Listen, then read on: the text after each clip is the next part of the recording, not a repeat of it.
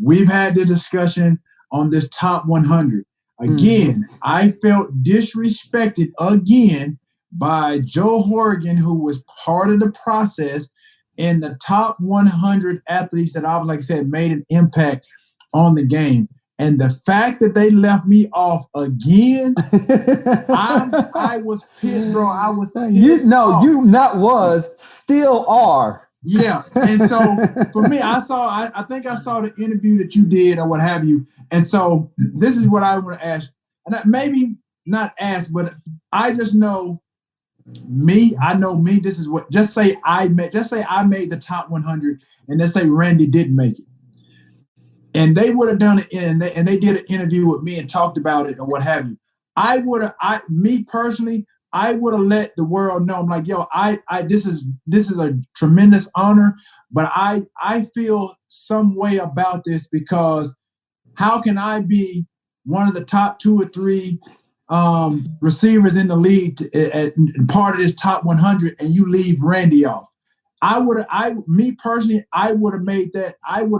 known and I would have let those people know because for me, I again felt disrespected. Not like I say, it goes back to the first time, 2016, I didn't make the first ballot. The second year, 2017, I did make it. And then obviously I made it in 2018. And then obviously, okay, here's the top 100. And then obviously they're doing it by category, by position or what have you. And then I'm like, okay, how can I be one of the top 3 in all categories? Me, you, and Jerry. And I don't make one of the top 100. I'm not. But you know it has nothing to do with your stats. It's those same characters who. Right. You know what I'm saying? Yeah, but that pissed me off. Like I said, that's why, bro. I just can't. I can't get down like that. I don't see the league the same. I don't see people in positions like David Baker in the committee of guys that basically assess and nominate guys to get into the Hall of Fame. I just don't see them the same anymore. Because at the end of the day, how can you have one of the top 3 guys, myself, Randy, and Jerry at the top, and then I'm not, and then you who did they put in? I think was it Steve Largent? Steve Largent was in there. It was some other receiver. Steve Largent's in there, yeah. Top 100, and I don't make it. So again, man, I guess that I respect everything that we have done, and for everybody that's listening, I've never had any gripe with Randy. We, like I said, we never even met for many years, or even talked to each other. For that matter. So for this notion for everybody to think that, we had some type of animosity toward each other, like I said, I hope with this podcast and everybody watching and listening, that clears all in fun. Absolutely. Well, my gripe has been mostly with the people that have basically assessed really my talent, evaluated my talent, in totality and entirety with everybody in the league. And so I felt slighted again, felt disrespected again, that how can I be, top 3 and then not be in that top 100 list? Like I said, I would have let them know. I'm like, yo, this is a tremendous honor, but I would have felt a certain way that this guy isn't on this list when we're neck and neck. Well, let me. All right, I'm gonna end mine, and I got a quick question for you at the end of mine. Okay. If I could go back and change some things about earlier in my career of some of the bumps in the road that I didn't handle too well, meaning like the word professionalism, like for me to be able to come from Rand, West Virginia, where I wasn't exposed to a lot. And then kind of like overnight that being the number 1 receiver in the world and being the highest paid wide receiver or football player at a time in the world. So all of this stuff came to me overnight. And if I could go back and I wouldn't change my career, but if there was some moments that I could change as far as how to handle certain things in my life, of like not knowing how to handle the media per se, where I'm being, not disrespectful, but not knowing how to handle it.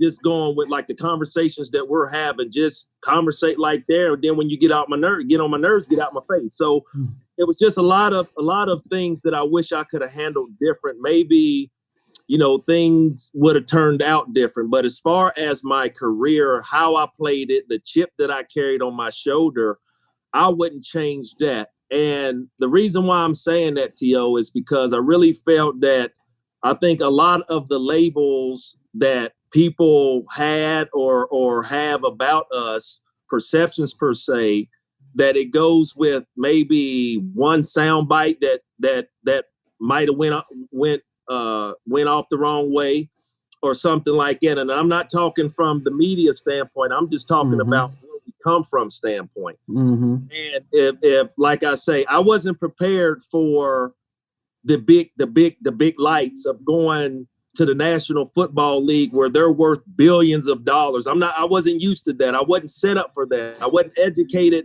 enough to go and be a first round pick, for us to be Pro Bowlers, be the man on our team, make all these dollars. That's why I say if there's some things that I can change, I will go back and change certain things, but not my style of play. And to you, T.O., just for the things that has happened to you later in your career or later on in life, of where you should be rewarded, for your career. Is there anything that you say that you could have done wrong? Because I know when I check my ego in at the door, I'm the first to say I could have done some things different, as far as my approach to the game of football, of handling things. And I'm the first man to say that I could approach it different. And the question I got for you, T.O., and this is my last one for the podcast, with things, like I said, for things to happen later in your career, that where you feel, and I feel it too, that you should be rewarded for that stuff. Is there something, and you don't have to go into detail, but do you feel there's something that you think that you could have done different? Not the way you approach the game, but just your life and handling, from where we come from, and just just being a professional. Absolutely. I think I've addressed that to a number of media outlets and interviews that I've had over the course of my career, and even post football, where people have asked me that same question, and I tell them, yeah, absolutely. I said, I'm not perfect by any means. I said, yeah, I wish I could have handled some things differently.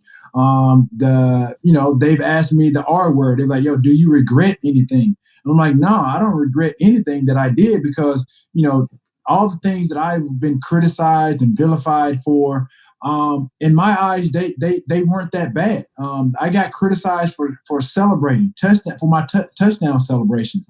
When you talk about sound bites and things of that nature, that's just part of football. That's what that's what the media uses to promote, some of the games. Stuff. Right.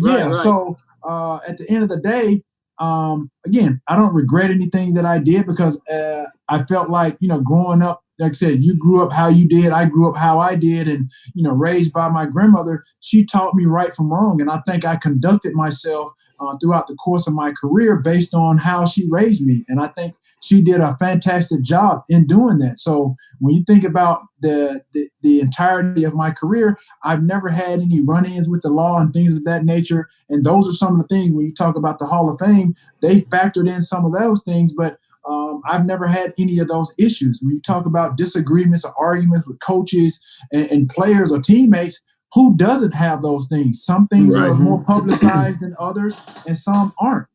Just so happened, us being who we are, me being outspoken, me, like I said, I guess putting a spotlight on myself because I was doing the touchdown celebrations. The media at that time, they didn't really know how to really assess that. They didn't really know me as a person. All the information that they had, it was hearsay. It was based on, their production meetings and them asking, certain coaches or certain players about the personality and the character of who we were. And that doesn't, like I said, if you don't really know us, then you can't really just go by what one or two people may say or assess about you. And so that's where I felt like I was unfairly portrayed in the media. But yeah, I've said that consistently, that I wish I could have, like I said, handled some things differently. Right. But overall, I don't regret anything about my career, because if you look at it, what did I do that was actually wrong? Because yeah, you thought about they criticized me for the touchdown celebrations. They criticized me for some of the sideline outbursts and things of that nature. When let's talk about your former teammate Tom Brady. Tom Brady has berated his teammates on national TV, on sidelines, or I've seen other quarterbacks get into it with their head coaches or offensive coordinators. But with them, they're viewed differently. Is it to say that because they're white and I'm black, or whatever the case may be? But why doesn't the same thing apply to him? Your assessment of him berating his teammates or his coach or what have you, why is it so drastically different when it comes to me? Because I did some of the same things, and I was looked at as a poor teammate. I was being selfish, things of that nature. But Tom or some other white player can do it. Of course. They're looked at as being leaders. They're showing passion. They just want to win. When right. I'm doing the same. You're being thing. vilified. My passion and my love for the game is the same.